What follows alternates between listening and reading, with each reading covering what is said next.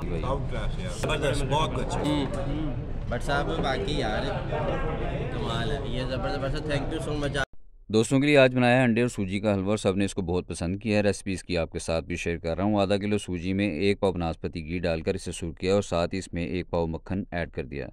जब सूजी ने अपना टेक्सचर तब्दील किया है तो इसमें मैंने दर्जन भर अंडे फेंट कर डाल दिए हैं और साथ ही अंडों में मैंने 6 कप के करीब चीनी भी ऐड कर दी है।